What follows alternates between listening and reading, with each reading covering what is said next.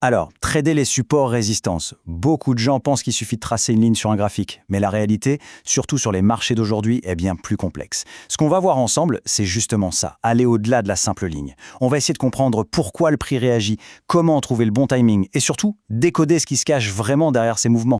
Et c'est la grande question, n'est-ce pas? Est-ce que cette vieille méthode, juste tracer les traits, ça marche encore en 2026? Franchement, avec des marchés qui sont maintenant pilotés par des algorithmes, cette approche est devenue, disons, un peu dépassée. Il faut absolument passer à un niveau supérieur, une vision qui colle à la réalité actuelle, peu importe le marché d'ailleurs. Que ce soit le forex, les indices, les cryptos, c'est le même combat. Allez, c'est parti, on rentre dans le dur. L'idée, c'est vraiment de dépasser cette vision simpliste de la ligne sur un graphique. Pour bien trader aujourd'hui, comprendre ce que sont vraiment ces niveaux, c'est la base de tout. Bon, et voilà la première règle, peut-être la plus importante de toutes.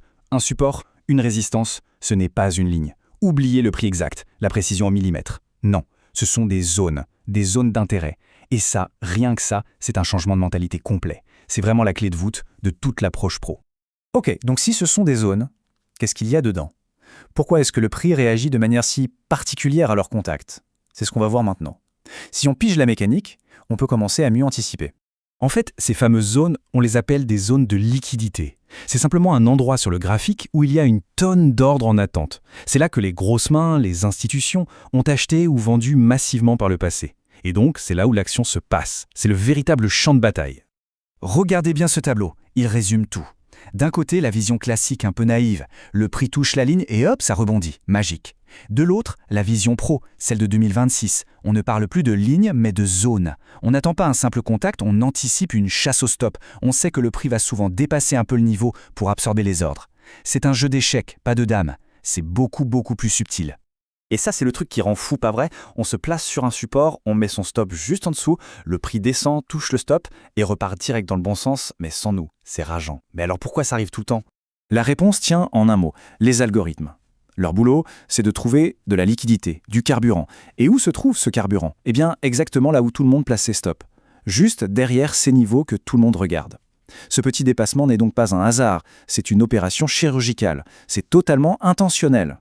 Alors, voyons un peu le piège en action. Comment est-ce que cette chasse à la liquidité fonctionne concrètement pour piéger la majorité des traders? C'est un scénario qui se répète encore et encore. Une fois qu'on l'a compris, on ne se fait plus avoir. Et quand on dit la majorité, on parle de ça. 90%. Oui, 9 traders sur 10 tombent dans ce panneau. C'est absolument énorme. Ça montre bien que ce n'est pas un petit truc anecdotique, c'est une mécanique fondamentale du marché. Voilà le scénario catastrophe classique, en 3 actes. Premier acte, le prix arrive sur une belle ligne de support bien propre. Deuxième acte, on saute sur l'occasion, on achète direct en se disant c'est le point bas parfait. Troisième acte, on place son petit stop juste en dessous pour se protéger. Sauf que, en faisant ça, on vient de servir sa liquidité sur un plateau d'argent. Le résultat, on le connaît tous. Le stop est déclenché, la position est perdante, et juste après, le marché fait exactement ce qu'on avait prévu. La liquidité a été capturée. Fin de l'histoire. Bon, ok, on a bien compris le problème. C'est bien beau tout ça, mais comment on fait pour éviter le piège? Passons à la solution. Il existe une méthode bien plus intelligente pour aborder ces zones, et elle se résume en 3 étapes très claires. Retenez bien ces 3 mots. Tendance, réaction, confirmation. C'est simple, mais c'est incroyablement efficace. Le principe de base, c'est de ne jamais anticiper.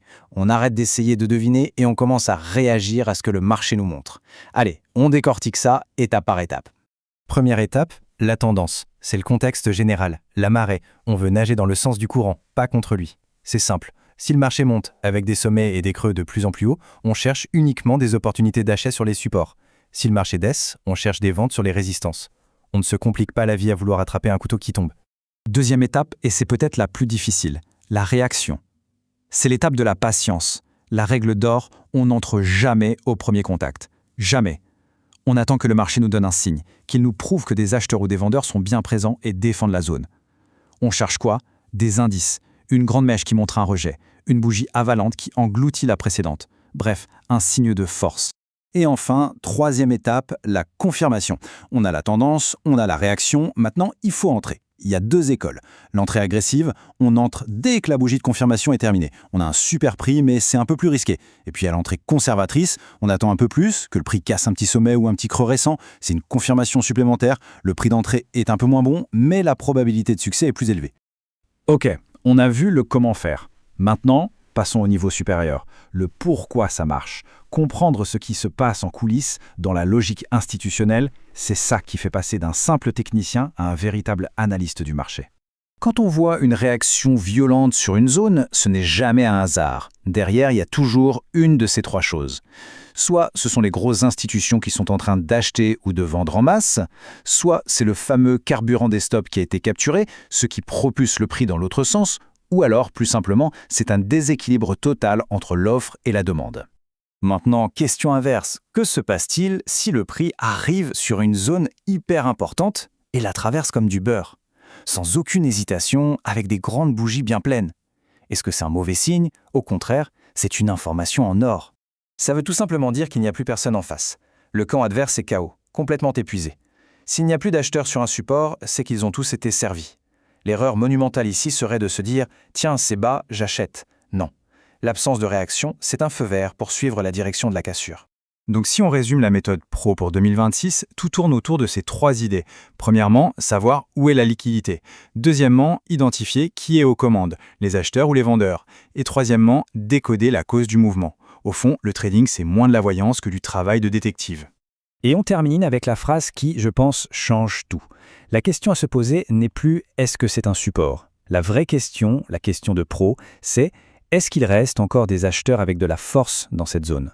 C'est ce simple changement de point de vue qui sépare le trading amateur du trading professionnel.